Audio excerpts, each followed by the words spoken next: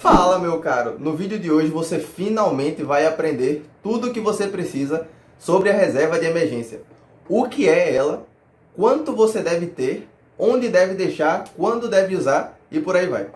Então, como você já sabe, a melhor forma de você retribuir a um conteúdo de qualidade que você precisa é dando seu like, compartilhando ele com outras pessoas, deixando outros exemplos de conteúdo que você queira ver por aqui no canal nos comentários, porque assim você ajuda o YouTube a entender que esse assunto é relevante e mais pessoas vão poder ter as informações adequadas para não cometer erros, como eu mesmo já cometi, com relação à reserva de emergência.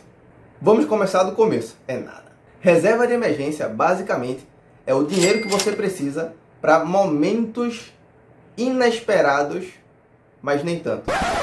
Como assim, Tomás?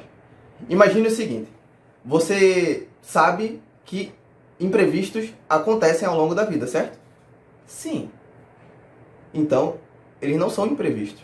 Porque se o imprevisto sempre acontece, a gente só não sabe quando nem qual exatamente, mas se imprevistos sempre acontecem, isso significa que imprevistos são previsíveis. E se imprevistos são previsíveis, não importa qual seja o imprevisto do futuro.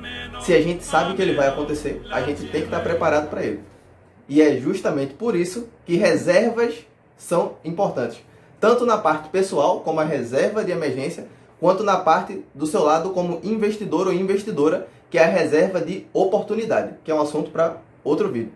Mas em ambos os casos, reservas são importantes. Empresas prudentes procuram ter reserva para momentos como a própria crise. Pessoas prudentes procuram ter reserva financeira para eventuais demissões, emergência do tipo carro bateu e não tinha seguro, e por aí vai. Governos prudentes deveriam ter reservas financeiras para caso precisassem de mais dinheiro, não precisar recorrerem a dívidas. São por essas e outras que a reserva é tão importante. E quanto eu devo ter na reserva de emergência, Tomás?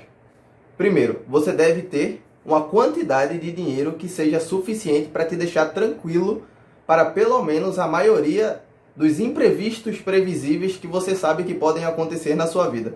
Mas para dar um número mais visual, imagine que 3 meses ou 3 vezes o seu gasto mensal seja o suficiente. Eu não estou afirmando que somente 3 vezes quanto você gasta por mês. Digamos, você tem um salário de estagiário de R$1.000 e gasta 800. 3 vezes 800 dá 2.400. Que você, com R$2.400 poupados, vai conseguir ficar tranquilo com relação à sua reserva para caso aconteça algum imprevisto que você sabe que vai acontecer no futuro, só não sabe qual. Talvez você precise de mais, mas eu não estou dizendo que você não deve ter mais. Estou dizendo que pelo menos 3 vezes quanto você gasta por mês costuma ser o mínimo para que a pessoa consiga ter tranquilidade para caso eventualmente seja demitido, por exemplo, ela não seja dispensado de casa, não precise correr o risco de se alimentar somente de cuscuz e ovo, porque é o mais barato, e por aí vai. Mas caso você queira, eu recomendo inclusive que você tenha mais do que apenas 3 meses do seu gasto, porque assim você vai garantir um colchão maior e uma tranquilidade maior, até para poder produzir mais no seu trabalho. E para o caso de você não ter gastos muito grandes, porque, por exemplo, ainda mora com seus pais e eles custeiam basicamente tudo seu, tenha uma reserva de pelo menos R$1.000. Isso é o que eu recomendo, porque foi assim que eu me senti tranquilo o suficiente para poder começar a investir em outras coisas. Ok, Tomás, eu entendi que eu devo ter pelo menos 3 vezes quanto eu gasto por mês na minha reserva de emergência. Mas quando eu devo usar? Aqui é um ponto muito importante. Porque a maioria das pessoas considera que a reserva de emergência só pode ser utilizado para emergências. Ou seja, é quando faltou dinheiro e você precisa de dinheiro para poder bancar aquilo. Seja problema de saúde, carro bateu ou um eventual desemprego. Mas a verdade é que a reserva não serve só para isso. Como eu já falei, no próprio lado como investidor, você também deve ter uma reserva para oportunidades. E você deve enxergar a sua reserva pessoal também como uma reserva para oportunidades. Vamos dizer que você queira trocar de celular ou queira investir em conhecimento, comprando um curso, por exemplo. E de repente, aquele curso que costumava custar R$2.000 e apareceu para você por R$500 à vista. Você vai deixar de ter essa oportunidade de investir em conhecimento numa coisa que você sabe que vai agregar valor para você e retornar no futuro como dinheiro? deixar de pagar R$ 500 da sua reserva porque você só poderia usar como emergência? Não. A sua reserva também serve para você aproveitar a oportunidade. Então, enxergue a sua reserva não somente como uma reserva de emergência, mas sim também como uma reserva de oportunidade. Agora, onde você deve deixar a sua reserva de emergência e de oportunidade? Eu separo pelo menos 3 características muito importantes que o lugar onde você deixa a sua reserva tem que ter. E não importa qual vai ser esse lugar, na minha opinião, contanto que ele obedeça essas 3 características. E quais são elas? Primeiro, nenhuma volatilidade. Vou repetir. Nenhuma volatilidade. Como assim tomar nenhuma volatilidade? Isso significa que eu não posso deixar minha reserva em ações? Não. Em criptoativos? Não. Em fundos imobiliários? Não. Em renda fixa? Depende. Porque como você já sabe, existem renda fixas que não são fixas. Ou seja, que o preço dela varia e costuma variar bastante, inclusive. Porém, existem algum tipo de renda fixa que não tem nenhuma volatilidade, que é a chamada renda fixa pós-fixada. Ela é a única que não tem nenhuma volatilidade. E vale dizer, é somente aquela que é 100% pós-fixada. Geralmente, o exemplo mais comum são as contas digitais que remuneram basicamente 100% do CDI. Além dela, a gente também pode citar como exemplo conta corrente de banco tradicional, contanto que você não pague taxa para ter a conta aberta, e conta poupança de basicamente qualquer banco. Porque essas 3, eu garanto, não tem volatilidade. 2. Baixo risco de calote. Ou seja, não faz sentido sua reserva, que é o dinheiro que você pode precisar no momento de imprevisibilidade no futuro ou de oportunidade no futuro, está com alguém que pode te dar um calote. Por esse motivo, a segunda principal característica, que na minha opinião, o lugar que você decide colocar a sua reserva de emergência e de oportunidade, tem que ser o baixo risco de calote. Contanto que seja um banco, verifique se o banco está bem das pernas. Verifique se ele está tendo lucros consistentes e, caso não, prefira outro banco. Caso você queira um site para verificar se o banco está tendo lucros ou prejuízos, existe o site chamado Banco Data, que qualquer dia eu trago aqui para poder analisar melhor um banco, por exemplo, da sua preferência. Caso você queira que eu traga esse vídeo, deixa aqui nos comentários. E a terceira característica que a sua reserva de emergência precisa ter é rápido acesso. Não necessariamente acesso imediato, mas um rápido acesso. Porque, como você já sabe, às vezes imprevistos acontecem sábado de noite.